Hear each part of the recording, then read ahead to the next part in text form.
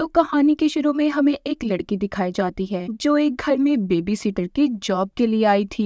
Baby sitter यानी कि उसका काम उस घर में बच्चों को संभालने का था। वो लड़की जब उस घर में आती है तो उसे उधर कोई भी नजर नहीं आता। वहीं पर वो अपनी मॉम को भी कॉल करती है ये बताने के लिए कि वो आज रात यहीं पर रहने वाली है। तभी बातों के दौरान उसे अजीब सी आवाज आती है। जब वो लड़की आवाज का पीछा करती है तो वो आवाज उस घर के बेसमेंट से आ रही थी। जब वो जाकर देखती है तो उसे अपनी आंखों पर यकीन नहीं आता। उस बेसमेंट में एक औरत बैठी अपने ही बच्चे को खा रही थी। एकदम से वो उस लड़की को भी अजीब नजरों से देखती है। जब वो लड़की वहाँ से भागने की कोशिश करती है तो उस औरत का हस्बैंड बेसमेंट का दरवाजा बंद कर देता है, जिसके बाद उस औरत ने लड़की को भी मार दिया था। उस बेसमेंट के दरवाजे पर हम अजीब से बने निशान को देखते हैं, जिसका हमें आगे जाकर कहानी में पता चलेगा। अब आगे हमें कहानी कुछ सालों बाद प्रेजेंट मौजूदा दौर की दिखाई जाती है। हम बेन नामी 17 साल के एक लड़के को देखते हैं जो अपने छोटे भाई के साथ छुट्टियां गुजारने अपने डैड के पास जा रहा था। बेन अपने डैड के पास पहुंच गया था जो कि टाउन में रहा करते थे।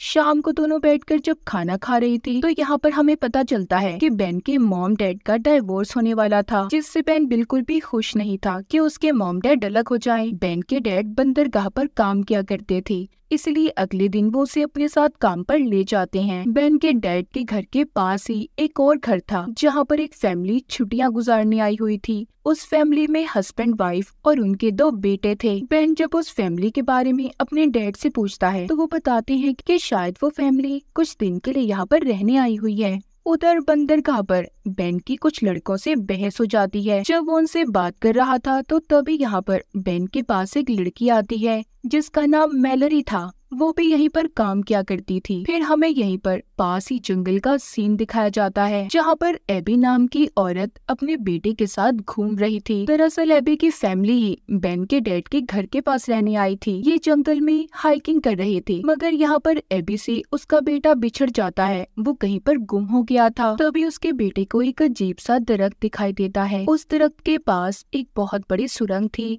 जिसमें से आवाजें आ रही थी। ऐसा लग रहा था कि जैसे उसकी मॉम उसे पुकार रही हूँ। एबी का बेटा बहुत ज्यादा घबरा जाता है। तभी उसे दरख्त पर वही निशान नजर आता है जो हमने बेसमेंट के दरवाजे पर भी देखा था। एबी का बेटा उस निशान की तस्वीर बना लेता है। उसे उस सुरंग से अजीब सा कुछ नजर आता है, ऐसा कि जैसे किसी का हाथ हो और उसे अपनी तरफ बुला रहा हो। तभी उधर एबी आ जाती है जो उसे अपने साथ ले गई थी। रास्ते में उसकी गाड़ी की टक्कर एक हिरन से हो जाती है जो मर गया था। अब एबी उसे अपने साथ घर ले आई थी। उसका हस्बैंड पूछता है कि तुम इसे क्यों लाई हो। वो बताती है कि हम उस हिरन का गोश्त खा सकते हैं, मैं उसे खुद काटूंगी ताकि हमारे बच्चों को भी पता चले कि गोश्त आखिर मार्केट में आता कैसे है। वो चाकू लेकर उस हिरन को जब काटने जाती है तो वो उसे नहीं काट पाती। उसने खुद और अपने बेटे को गंदा कर लिया था, इसीलिए वो उसे वहीं पर छोड़कर चली जाती है। रात को हम देखते हैं कि उसी हिरन में से कोई अजीब सी चीज बाहर आती है। बेन की भी अपने घर में आग खुल गई थी। उसे ऐसा महसूस हो रहा था कि जैसे उसके घर की छत पर कोई चल रहा हो। जब वो बाहर आकर देखता है तो उसे एबी के घर के बाहर एक सुराख नजर आता है।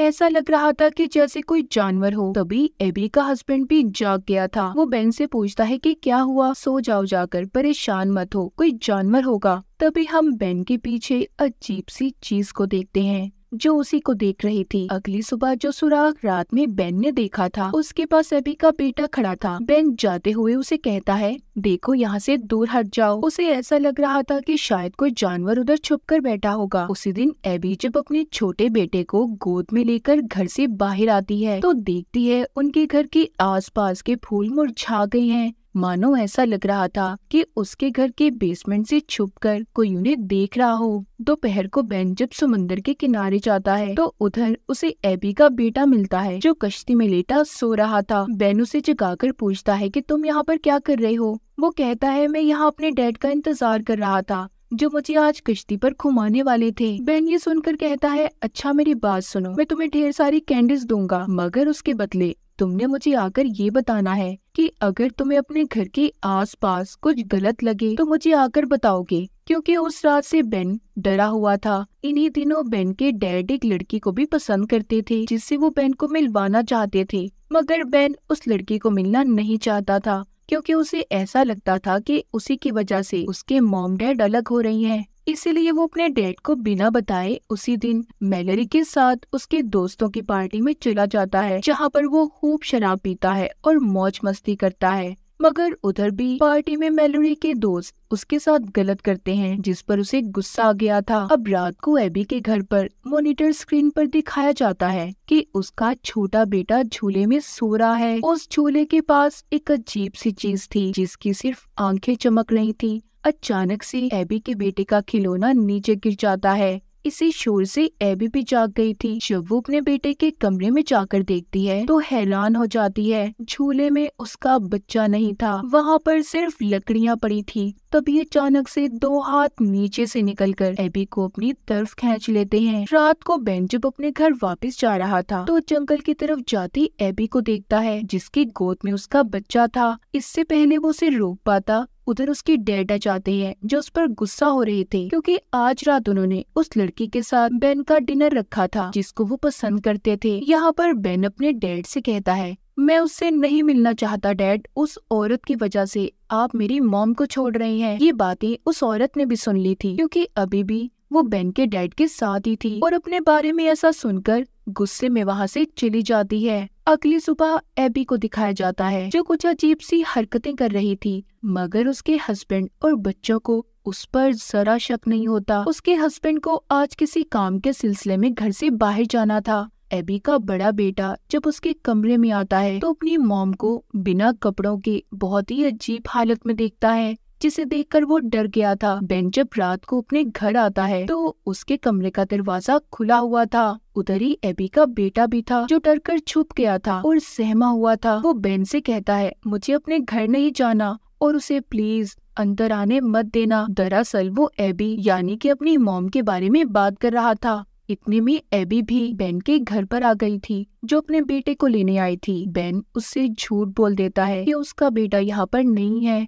उसे ऐसा लग रहा था कि शायद एबी अपने बेटे को मारती होगी। अब एबी जबरदस्ती बेन के घर आने लगती है क्योंकि वो जानती थी कि उसका बेटा यहीं पर है। तभी उसका हस्बैंड भी उधर आ जाता है। एबी का बेटा जब अपने डैड की आवाज को सुनता है तो वो बाहर आ गया था और अपने डैड से कहता है, चले डैड अपने घर चले। बेन को अब इन पर शक होने लगा था। वो सोचता है कि इनकी फैमिली में कुछ तो गड़बड़ जरूर है, इसीलिए वो उन पर नजर रखना शुरू कर देता है। मगर उसे कुछ भी अजीब नहीं लगता क्योंकि एबी अपने हस्बैंड के साथ कमरे में थी। तभी हम देखते हैं उसके जिस्म पर अजीब से निशान थे और उसकी हड्डियों में भी आवाज थी। ऐसा लग रहा था कि जैसे एबी पोजेस्ड, उसे किसी ने कंट्रोल कर लिया हो या फिर वो एबी थी ही नहीं। अगले दिन समंदर के किनारे बेन एबी के बेटे का इंतजार करता है ताकि वो उसे जान सके कि आखिर उनके घर में चल क्या रहा है। मगर उस दिन एबी का बेटा उधर नहीं आता, इसीलिए वो उसके बारे में पता करने बेन खुद उसके घर जाता है।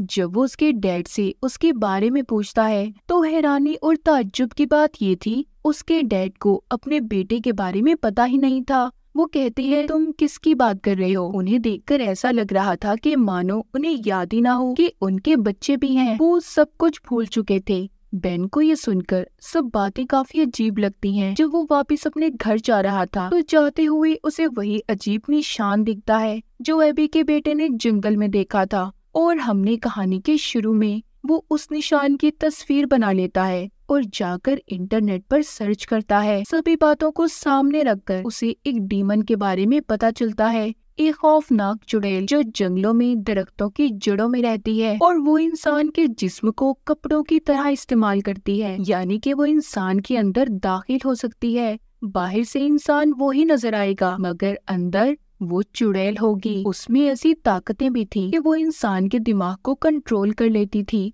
और बच्चों का खून भी पीती, ऐसे बच्चों का जिनके माँ बाप उन्हें भूल जाते। यानी कि पहले वो चुड़ैल उन बच्चों के माँ बाप को पोजेस्ड अपने कंट्रोल में करती और फिर उनके बच्चों को अपने साथ ले जाती थी। मतलब उस चुड़ैल ने एबी के हस्बैंड के दिमाग को कंट्रोल कर लिया था और एबी मर चुकी थी। असल में जो एबी बनकर घूम रही थी वो एबी नहीं, वो डीमन चुड़ैल थी। उस चुड़ैल ने एबी की स्किन जिल्द पहनी हुई थी और एबी के दोनों बच्चों को खा चुकी थी। खैर ये सारी बातें जानने के बाद बेन काफी हैरान था। वो इस बारे में पुलिस को भी नहीं बता सकता था। आखिर कौन उसकी इन बातों पर यकीन करता। इसीलिए वो अपनी दोस्त मैलोरी को बुलाता है और सारी बातों के बारे में बताता है। कहता है कि हमारे पड़ोसी कुछ अजीब से हैं, उनके दोनों बच्चे गायब हैं, मगर उन्हें इस चीज की कोई परवाह ही नहीं। तभी वो एबी यानी कि उसे डीमन चुड़ैल को बेसमेंट में कुछ छुपाते हुए देखता है। अब मैलोरी मजाक में एक नोट पर लिखती है कि हम जानते हैं तुमने बेसमेंट में क्या छुपाया है, और साथ ही उस निशान को भी बना देती है। उसने वो नोट लिखकर एबी के घर पर फेंक दिया था, जिसको एबी का हस्बैंड उठा लेता है। जब वो उस नोट को पढ़कर बेसमेंट में जाकर देखने लगता है तो एबी उसे रोक लेती है और उसके कान में कुछ कहती है। तभी उसके हस्बैंड के कान से खून आने लगा था। उसके बाद तो वो अपने होश में ही नहीं था। उसे देखकर ऐसा लग रहा था कि मानो जैसे वो आधा जिंदा और आधा मरा हुआ इंसान हो। एबी की भी जिल्द उतर रही थी। हकीकत में तो वो डीमन चुड़ैल थी, मगर स्किन सिर्फ एबी की थी। बेन का यहाँ पर सिर्फ एक ही मकसद था, इन लोगों पर नजर रखना। उसे यकीन हो चुका था कि कुछ तो गलत है। एक दिन वो एबी को तैयार होकर उनके घर के बेसमेंट के तहखाने से निकलता हुआ देखता है। उसके जाने के बाद फौरन से वो वहाँ ताला तोड़कर अंदर जाता है। अंदर अजीब सा मंजर था। लकड़ियाँ जमा करके कुछ बनाया गया था। उधर एक जानवर की खोपड़ी भी थी। ऐसा लग रहा था कि जैसे इधर कोई काला जादू किया हो। वहाँ पर उसे कुछ तस्वीरें भी मिलती हैं, जिसमें एबी की फैमिली की भी थी। उनके चेहरों पर क्रॉस के निशान लगाए गए थे। उधर ही मैलोरी और बेन की फैमिली की भी तस्वीरें थी। वो ये देखकर जल्दी से अब मैलोरी को बताने की कोशिश करता है, क्योंकि उस डीमन चुड़ैल का अगला शिकार उसकी फैमिली थी। मैलोरी की फैमिली में उसकी छोटी बहन थी, जिसका वो चुड़ैल अब खून पीना चाहती थी। बेन जल्दी से उसे बचाने जाता है, मगर उसे पहुंचने में देर हो गई थी। डीमन चुड़ैल मैलोरी को अपनी सुरंग में ले गई थी। बेन उसका हाथ भी पकड़ता है, जो मदद के लिए पुकार रही थी। वो उसे बचाने की बहुत कोशिश करता है, मगर जैसे ही वो उसका हाथ पकड़कर बाहर निकालने लगता है, तभी उसका पाँव फिसल गया था, जिस वजह से उसका सर एक पत्थर से लगता है और वो वहीं पर बेहोश हो जाता है। जब बेन को होश आता है तो वो देखता है अब तक शाम हो गई थी। जैसे ही वो घर जाता है तो उधर घर में पुलिस आई हुई थी, जो उसका इंतजार कर रही थी। दरअसल उसके खिलाफ एबी ने रिपोर्ट करवाई थी कि वो उसके घर पर नजर रखता है, मगर ये सारी बातों को उसके डैड ने संभाल लिया था। बेन अपने डैड से कहता है कि डैड मेरा यकीन करें, हमारे साथ में जो लोग रहते हैं उस औरत ने अपने बच्चों के साथ कुछ तो जरूर किया है। मगर उसके डैड उसकी एक बात नहीं सुनते और उल्टा उससे ही झगड़ा करने लगते हैं। आज रात इनके साथ वो औरत भी रहने वाली थी, जिसको बेन के डैड पसंद करते थे। मगर जल्दी बेन को ये बात पता चल जाती है कि वो डीमन चुड़ैल अब उस औरत के अंदर है, क्योंकि वो जिन फूलों के पास खड़ी थी वो मुरझा गए थे। तभी वो डीमन चुड़ैल बेन पर हमला कर देती है। बेन भी चाकू उठाकर उस पर हमला करता है। तभी वहाँ पर बेन के डैड आ गए थे। वो बेन को बहुत डांटते हैं और पुलिस को बुलाकर बेन को उनके हवाले कर देते हैं। बेन अपने डैड को बहुत समझाते कि डैड उस औरत के अंदर डीमन चुड़ैल है, मगर वो उसकी कोई बात नहीं सुनते। पुलिस भी बेन को पकड़कर ले जाती है। रास्ते में पुलिस वाला उसे पुलिस स्टेशन नहीं बल्कि समंदर के किनारे ले गया था। उस पुलिस ऑफिसर की टांग से खून निकल रहा था, यानी कि उस डीमन ने उसे भी अपने कंट्रोल में कर लिया था। वो बेन को पकड़कर समंदर के किनारे ले जाता है और पानी में डुबोकर उसे मारने वाला था, लेकिन तभी वहाँ पर एक डॉग आता है। इस डॉग को अक्सर बेन खाना खिलाया करता था। वो डॉग उसकी मदद करने आया था, मगर पुलिस वाला उसे भी मार देता है। अब वो बेन को भी मारने वाला था, तभी न जाने उसे क्या हो जाता है। उसने खुद ही को गोली मार ली थी। उधर बेन के डैड को अब अपने बेटे की फिक्र हो रही थी। वो पुलिस स्टेशन जाकर उसे देखना चाहते थे, मगर वही औरत उन्हें रोकती है, जिसके अंदर डीमन शैतान था। वो बेन के डैड को बाहर जाने से रोक रही थी, मगर वो किसी तरह बाहर आ जाते हैं और एक बार एबी के घर के बेसमेंट में जाकर देखने लगते हैं। उधर वो देखते हैं एबी के हस्बैंड ने तो लटक कर पहले ही अपनी जान दे दी थी और एबी की लाश बिल्कुल खोखली थी। मतलब उस डीमन चुड़ैल ने पहले ही एबी के जिस्म को इस्तेमाल कर लिया था। ये सब देखकर बेन के डैड के रोंगटे खड़े हो जाते हैं। वो बहुत ज्यादा डर गए थे। तभी पीछे से वही डीमन चुड़ैल आ जाती है, जो बेन के डैड का गला दबाकर उन्हें मारना चाहती थी। तभी पीछे से बेन भी आ गया था, जो उस औरत को गोली मार देता है। वो अपने डैड को लेकर वहाँ से भागने लगता है। अब वो डीमन चुड़ैल भी अपने असली रूप में आ गई थी, मगर उसे असली दुनिया में किसी न किसी का जिस्म चाहिए था, इसीलिए वो जंगल की तरफ भागती है। उस बेसमेंट में आग लग गई थी। सभी वो तस्वीरें जल जाती हैं जिसमें क्रॉस लगे हुए थे। तभी यहाँ पर बेन को याद आता है कि उसका तो एक छोटा भाई भी था जो उसके साथ यहाँ पर आया था, जिसको हमने कहानी के शुरू में देखा था। ये सब बातें जैसे ही उसे याद आती हैं, वो जल्दी से उस जगह पर जाता है जहाँ पर डीमन चुड़ैल रहा करती थी। उसके साथ मैलोरी भी थी। बेन उस सुरंग के अंदर जाता है जहाँ पर जड़ों का जाल था। वो बाहर मैलोरी से कहता है, अगर मैं 10 मिनट के अंदर अंदर वापस ना आया तो तुम इस सारी जगह को आग लगा देना। बेन अब उस सुरंग में जाता है जहाँ पर पहले उसे अपना भाई मिलता है और फिर मैलोरी की बहन। जब वो उन्हें बचा रहा था तो डीमन चुड़ैल उस पर हमला करती है। बेन उन्हें बचाकर किसी न किसी तरह बाहर ले आया था, जिसके बाद मैलोरी और बेन मिलकर उस जगह को आग लगा देते हैं। मैलोरी वापस जाते हुए उस जगह को देखती है। अब बेन भी वापस यहाँ से अपने घर जाने के लिए तैयार था। आखिरी बार वो मैलोरी से मिलता है जो उसे एक फूल देती है।